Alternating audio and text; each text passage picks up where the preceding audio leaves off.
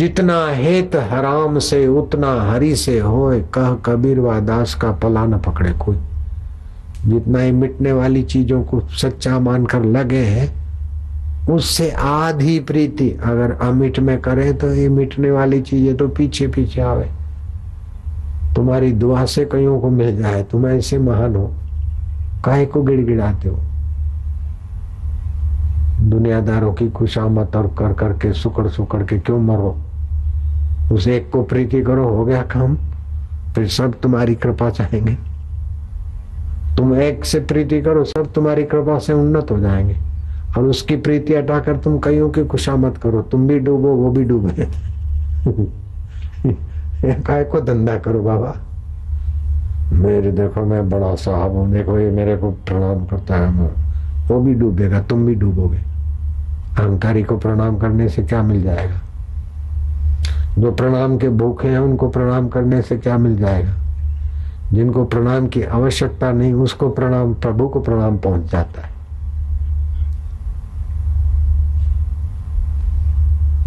जिसको यश की इच्छा नहीं, उसका यश प्रभु का यश हो जाता है। जिसको मान की इच्छा नहीं, उसका मान भगवान का मान बन जाता है।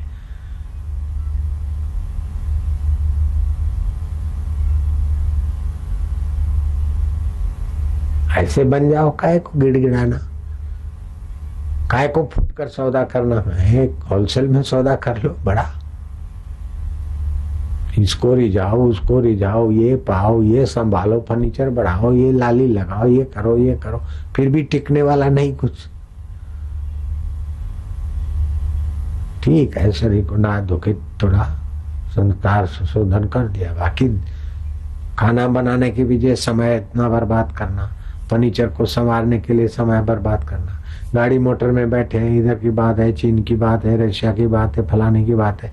अरे क्यों मगज बिलोते बेवकूफ करेंगे? इनसे क्या लाभ होगा? तुम भगवत चर्चा करो, दुख किसको होता है, सुख किसको होता है, आत्मा क्या है, परमात्मा क्या है, गीता में क्या लिखा है, रामायण में कैसा है, कोई संत महापुरुषों की चर्चा करो। रशिया में ये हो गया, चीन में ये हो गया, चो ये किया, चीचू ने ये क्या, मिस्टर चाऊ ने ये बोला, मिस्टर खाऊ ने ये खाया। ये काय को गड़बड़ करना? फालतू बातों में क्यों मगज खराब करो? इतना फालतू मगज है क्या फालतू बातों में खराब करे? आपका तो हृदय है, मगज, श्वासोश्वास बड़ा कीमती है, तो कीमती से कीमती भगवत चिंतन, भगवत ध्यान में लगाओ ना।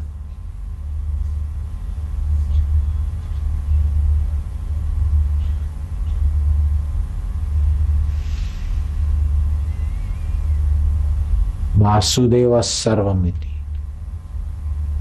उसमें लगाओ। हमने लगाया तो हमको बहुत लाभ हुआ, अभी भी लगे रहते हैं अंदर कमरे में। अकेले रहता हूँ कमरे में, मेरा सेवक भी नहीं घुसता बार बार, जरूर आए तो आया, नहीं तो हम भले और हमारे मस्ती भली। कुछ अकेले आए थे, अकेला जाना है तो अकेले में बैठना सीखो, अकेले में उससे मोहब्बत करना सीखो। ये तो जो कुछ भी नहीं कर सकते उनके लिए मैं बोलता हूँ 5 मिनट 10 मिनट, बाकी तो 5 मिनट 10 मिनट क्या, जितना करो उतना, अधिक से अधिक रस लो।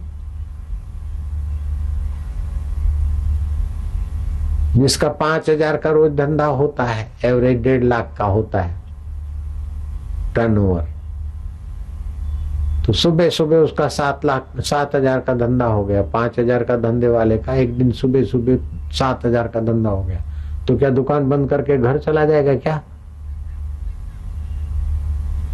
अरे वो तो रात को 8 बजे तक बैठता, आज 8:30 को बैठेगा कि और भी थोड़ा आ जाए ग्राहक, 10 का हो गया, आज तो 11 का हो गया, अरे आजा आजा भाई ले जा। नश्वर धन के लिए इतना लोभ करते तो शाश्वत धन के लिए 5 मिनट 10 मिनट कोई बस 5 मिनट हो गया ध्यान, बस भागो फिर पचने के लिए, ऐसा काय को करना? 10 मिनट हो गया, आधा घंटा हो गया, बस नियम पूरा हो गया, हाश छोड़ा। अरे इससे कोई बड़ा काम है क्या? उधर तो पच मरना है, छूटने वाली चीजों में कब तक भागता रहेगा? हाँ, छूट में मिला रहे, बैठा रहे, छूट को समझ के मस्ती ले, विश्रांति ले। जो संसार का सुख चाहता है, संसार से सुख चाहता है, वो संसार सागर में बार बार गोते खाता है, डूबता है, जन्मता है, मरता है। और जो संसार से सुख नहीं चाहता, सुख स्वरूप ईश्वर में संतुष्ट रहता है, वो संसार की सेवा करके जिम्मेदारी निभा के अपना तर जाता है। संसार की वाहवाही क्यों चाहना? जो वाहवाही चाहता है उसको वाहवाही मिलती नहीं। रावण की वाहवाही क्या मिली? रावण बाहर निकलता तो लोग भाग जाते रावण को देख के, अरे रावण आया, अरे कौन सा आया। कृष्ण निकलते तो लोग पीछे पीछे दौड़ते, कृष्ण कृष्ण कृष्ण, प्यारे लगते। जिसको मान की इच्छा नहीं वो प्यारे लगते, और जो मान के लिए कुछ बन बैठते पद पे, उनको देख के तो लोग मस्का मार देंगे। लेकिन प्रेम अलग चीज है।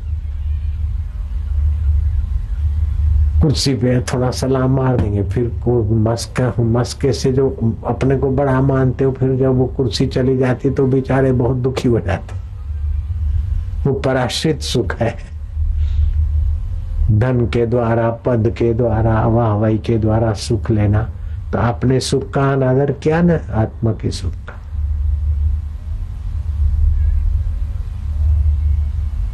अशांत व्यक्ति दूसरों को अशांति देता है, दुखी व्यक्ति ही दूसरों को दुख देता है, चिंतित व्यक्ति दूसरे को चिंता देता है, बेवकूफ व्यक्ति ही दूसरे को बेवकूफी देता है। लेकिन जो भगवान का प्रेमी है, ज्ञानी है, सुख स्वरूप है, मंगल मूर्ति है, वो सभी का मंगल चाहते हैं। भगवान करे कि सभी का मंगल हो। स्थान देवताभ्यो नमः। बोलो ओम स्थान देवताभ्यो नमः। ओम ग्राम्य देवताभ्यो नमः। ओम कुल देवताभ्यो नमः।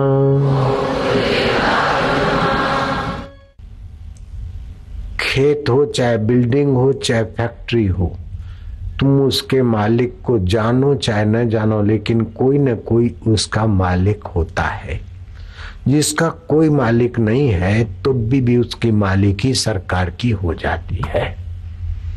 ऐसे ही अपने अपने स्थान के सूक्ष्म आत्माएं भी उस इलाके के, जैसे कोई प्रांत प्रचारक को बोलते हैं कि ये फलाने प्रांत का, फलाना प्रांत इसके अधीन, ये जिला का प्रचारक है, ये तहसील का है, तो कोई तहसील का है तो कोई गांव का है पटवारी, तो अपने अपने इलाके का अधिकारी होता है ना। ऐसे सूक्ष्म जगत में भी अपने अपने इलाके के अपने अपने यज्ञ देव होते हैं। तो अगर कोई मकान बनाता है, वास्तु पूजन के समय उनका सत्कार कर देता है, तो वो रहने वालों को सहयोग करते, मदद रूप होते हैं। अगर ऐसे ही कॉलोनियां काट दी और सड़कें बना दी, तो उस जगह के जो सूक्ष्म जगत के अधिष्ठाता है वो भी कहेंगे कि आ जाओ बेटे अब देखो। स्थूल से सूक्ष्म में ताकत ज्यादा होती है। पानी का एक बूंद अगर बाष्पीभूत कर दो तो उसमें 1300 गुनी ताकत आती। चपरासी कह दे कि IAS ऑफिसर को, DM को कह दे बैठ जाओ, तो जरूरी नहीं है कि DM उसकी बात मान ले। लेकिन DM कहे कि बैठ जा तो चपरासी के बाप को मानना पड़ेगा, क्योंकि DM की बुद्धि अथवा IPS की बुद्धि चपरासी की बुद्धि से सूक्ष्म है। उसका होदा थोड़ा ऊंचा है, सूक्ष्म है। तो जितना सूक्ष्म उतना स्थूल पर उसका प्रभाव चलता है। तो कई ऐसी आत्माएं यहाँ नोएडा के इर्द गिर्द हैं जो आते जाते व्हीकलों में, गाड़ियों में उनको मिस गाइड करके एक्सीडेंट करा देते और अपनी कंपनी में भर्ती कर लेते। तो इस नोएडा में कुछ ऐसे स्थान देवता, ग्राम्य देवता, पुराने काल में यहाँ ग्राम था, स्थान थे, तो हम लोगों ने तो सड़कें बना ली, कॉलोनियां काट ली, बिल्डरों ने तो रोकड़ी करके चले गए, लेकिन रहने वालों को परेशानियां ना आए। इसलिए सत्संग में ऐसा कुछ मंत्र उच्चार और ऐसा कुछ भाव किया जाता है कि जो भी आत्माएं यहाँ बेचारी भटक रही है उनकी श्रेष्ठ गति सदगति हो और रहने वाले सुख शांति और आनंद से ईश्वर प्राप्ति के रास्ते लग जाए। रहने वाले यहाँ मजे से रहे, ये बद्दुआ मैं नहीं करूंगा। कोई भी मजे से रहा तो वो पापी है, उसका पुण्य नष्ट कर रहा है।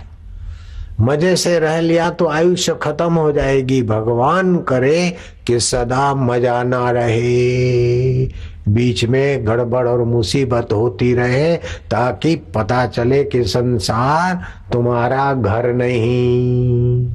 तुम तो कुछ काम करने के लिए आए हो। क्या काम करने के लिए आए हो? आत्मा परमात्मा के बीच जो नासमझी है उसको मिटाकर मुक्त होने के लिए आए हो। शरीर में मजे से आयुष्य नष्ट करने के लिए नहीं आए हो। जो संसार में सुखी रहना चाहते हैं वे संसार के दुख दरिया में डूबे रहते हैं, गोते खा खा के मर जाते हैं, फिर जन्मते फिर मरते हैं। जो संसार से सुख लेना चाहते वो संसार सागर में दुखों में डूबे रहते, लेकिन जो संसार से सुख नहीं लेना चाहता है, सुख बांट देता है और सुख स्वरूप हरि में आराम पा लेता है, वो संसार से तर जाता है। सतरति लोकांतार्यति, वह तो तर जाता है, औरों को तार लेता है। सतृप्तो भवति, वह तृप्त होता है। स अमृतो भवति, वह आत्मा अमृत में एकाकार हो जाता है। सतरति सतृप्तो भवति, स अमृतो भवति, सतरति लोकांतार्यति। खुद भी तरे, औरों को भी तारे, खुद भी फरियादात्मक विचार न करे, नकारात्मक न सोचे। कभी भी ये न सोचे कि फलाने आदमी ने मेरे को दुख दिया, फलाने ने ऐसा किया इसलिए मैं दुखी हूँ, बहू ऐसी है इसलिए मैं दुखी हूँ। अरे सासू मैया, बहू के द्वारा भगवान तेरी आसक्ति मिटाने के लिए लीला कर रहे। वाह वाह लीलाधर, तेरी कृपा है कि ऐसी बहू भेज दी कि कुछ न कुछ गड़बड़ी करते मेरी ममता मिटाने की। तो बहू चाहे कैसी भी हो, लेकिन तू भगवान का स्मृति करके अपना काम बना ले। और बहू बढ़िया है कि वाह भगवान, बहू ऐसी मिली कि चिंता हार ली, अब तो मैं तेरा चिंतन करते तेरे साथ एकाकार हो रही हूँ। दोनों हाथ में लड्डू ले लो ना, दोनों हाथ में मुसीबत क्यों? बहू बढ़िया है तो उसकी आसक्ति करते करते मरेगी तो बहू के घर में न गाय जाने चूहा बन के आएगी कि चिपकली बन के आएगी। और वो गड़बड़ करती है तो ये राग द्वेष रह गया तो न जाने क्या क्या बदला लेने के लिए भटकना पड़ेगा। केवल सासुओं का कसूर नहीं होता, केवल बेवकूफ बहुओं का कसूर नहीं होता, कसूर होता है ना समझी का, और ना समझी मिटेगी सत्संग से। फ्रिज लाने से दुख नहीं मिटेगा लालिया, गीजर बसाने से दुख नहीं मिटेगा, बड़ी कोठियां बनाने से दुख नहीं मिटेगा, बड़ी गाड़ियां लाने से दुख नहीं मिटेगा, बड़ी लोबी अपनी बनाने से दुख नहीं मिटेगा, बड़ी कुर्सी पर जा पहुंचने से भी दुख नहीं मिटेगा। बड़े में बड़े आत्मा परमात्मा से प्रीति करो और छोटी छोटी बातों को साधन बना लो तो बड़ी बड़ी यात्रा में सफल हो जाओगे। मनुष्य जरा जरा बात में उखलता क्यों है, जरा जरा बात में दुखी क्यों होता है? कि उसका उद्देश्य बहुत हलकट है, इसीलिए दुखी होता है। जितना उद्देश्य हलकट उतना दुख अधिक।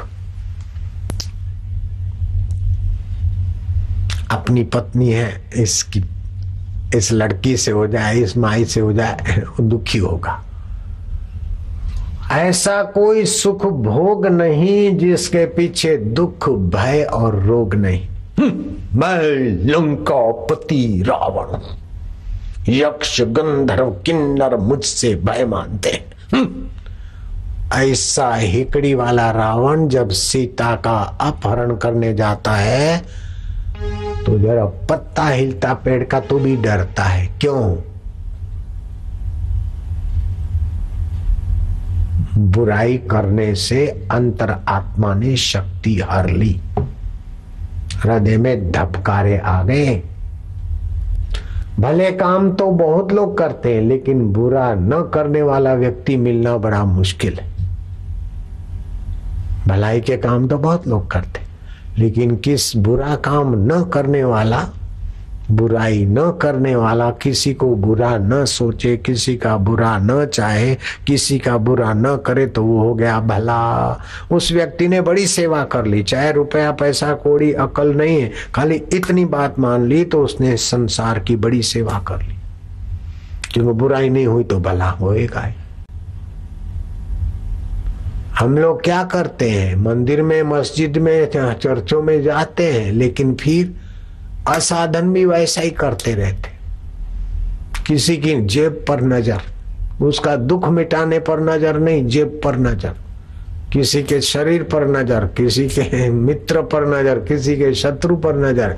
लेकिन मित्र और शत्रु की गहराई में जो परमात्मा बैठा है, गॉड या अल्लाह बैठा है, उस पर नजर हो गई तो आप किसी का भी बुरा नहीं चाहेंगे, नहीं करेंगे। असाधन से बच गए तो जरा सा साधन भी महान फल दे देगा।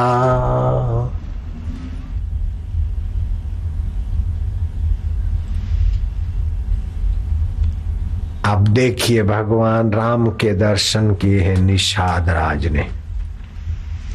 भगवान राम की सेवा करें लखन भैया, कितनी ऊंची स्थिति है, फिर भी कहां गलती होती है। देखो, राम जी को जब वनवास हुआ, राम जी अयोध्या छोड़ के चले। दूसरी रात रामचंद्र जी आराम कर रहे थे। लक्ष्मण भैया ने उठाया धनुष्य बाण। निषाद राज ने राम जी की आओ भगत की थी। वे भी लखन भैया के साथ रात्रि को प्रभु की सेवा में लग गए। अब प्रभु का दर्शन किया है निषाद ने, लखन भैया का साथ है, इतना ऊंचा साधन है, लेकिन असाधन शुरू हो गए कि अरे कैकेयी ने कितना कहर कर दिया राम जी को और सीता जी को, इतना दुख, और लखन भैया तुम्हारे लिए इतनी मुसीबत, कैकेयी कैसी है, ऐसे करके कैकेयी के बारे में निषाद राज जहर उगलने लगे। लक्ष्मण ने क्या सुंदर बात कही।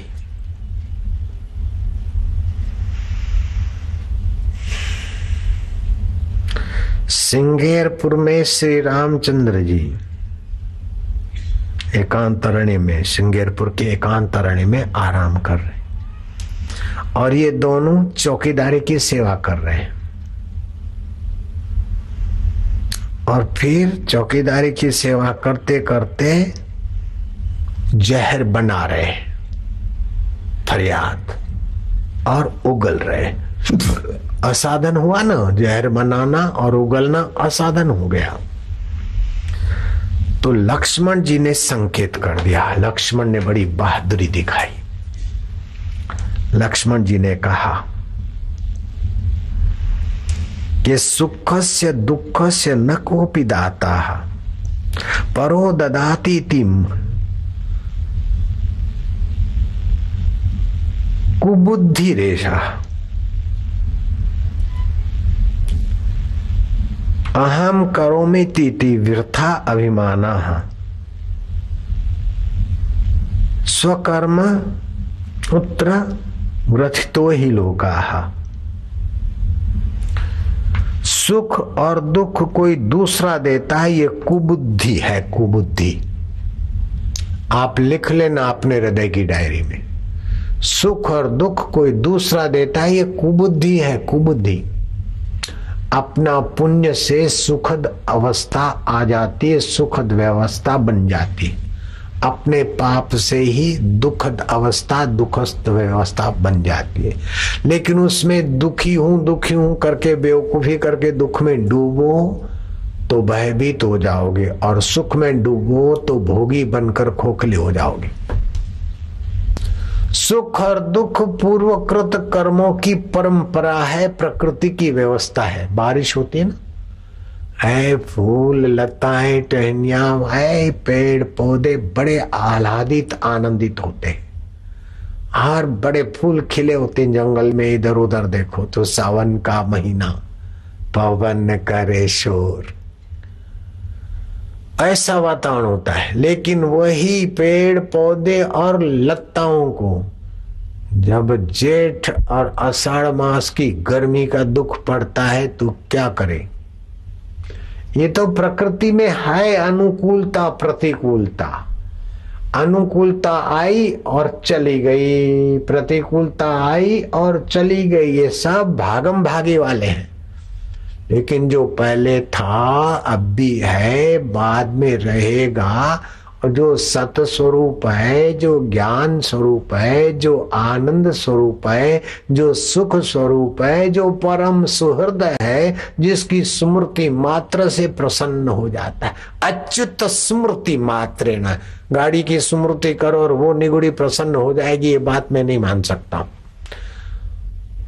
पैसों का सुमरण करो, प्रसन्न होकर तुम्हारा मंगल कर देंगे, ये बात मैं नहीं स्वीकारता हूं।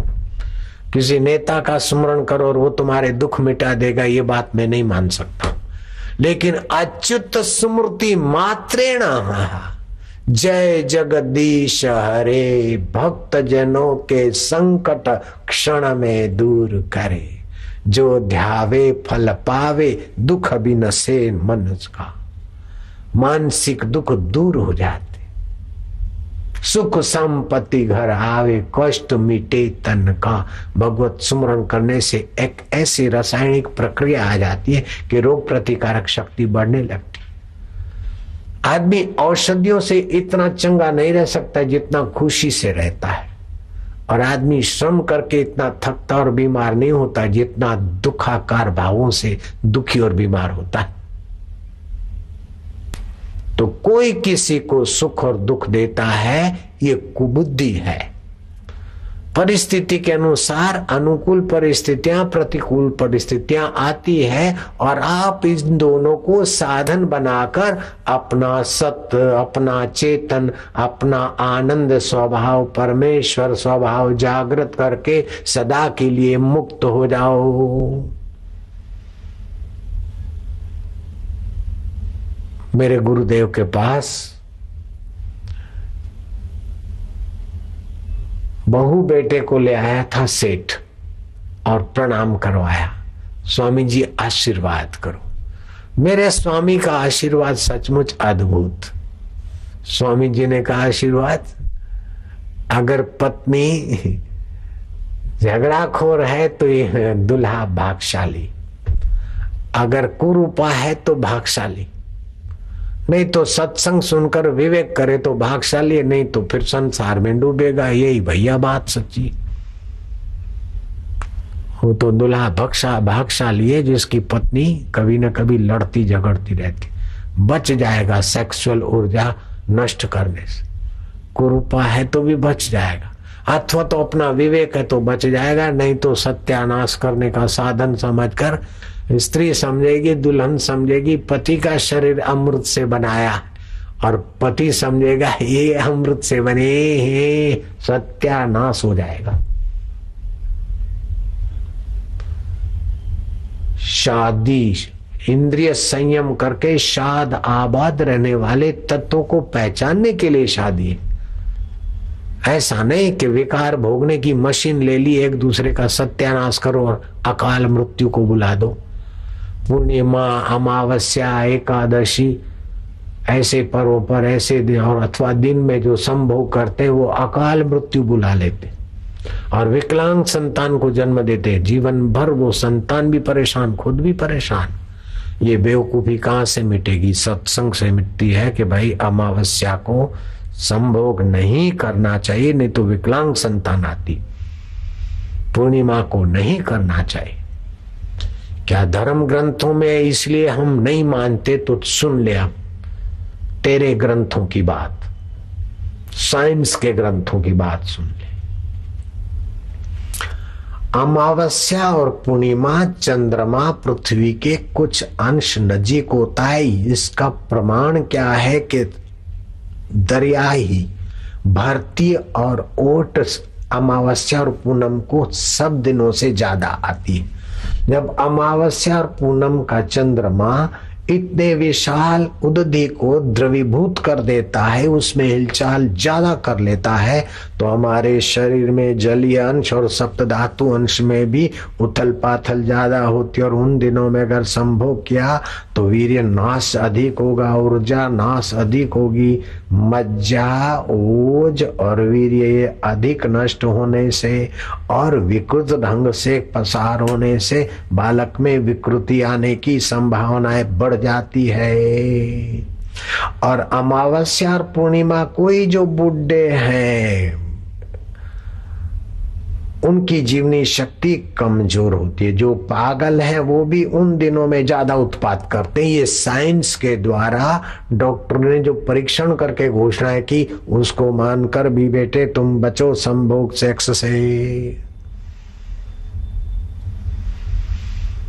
ऐसे होली की रात, दिवाली की रात, जन्माष्टमी की रात, शिवरात्रि की रात, ये अहोरात्रियां हैं। इन रात्रियों में ध्यान भजन, तुम्हारा जप ध्यान हजारों गुना फलदायी हो जाता है और संभोग कई गुना तुम्हारी कमर तोड़ने का काम कर देगा। ये बेवकूफी कहां से मिटती? सत्संग से मिटती। इसीलिए जो सत्संग करवाता है, करने कराने में भागीदार होता है, सत्संग में ले जाता है, उसका आदर करना चाहिए, उसका उपकार नहीं भूलना चाहिए। पेट भरने की विद्या सीखने के लिए तो हम फीस देते हैं और हृदय में हृदयेश्वर भरने के लिए मुफ्त का सत्संग सुनने का भी भाग्य नहीं तो आदमी कितना अभागा है। और सत्संग मुफ्त में हजम नहीं होता। इसलिए मैं कहता हूं कि जिन्होंने इतना इतना खर्च करके सेवा की और तुम्हारे लिए व्यवस्था की तो तुम्हारा भी कर्तव्य है कि मुफ्त का माल हजम नहीं होगा, कुछ न कुछ तुम भी सेवा खोज लेना, कर लेना। और नहीं खोज सकते, नहीं कर सकते तो कम से कम युवा धन पुस्तक ले जाना।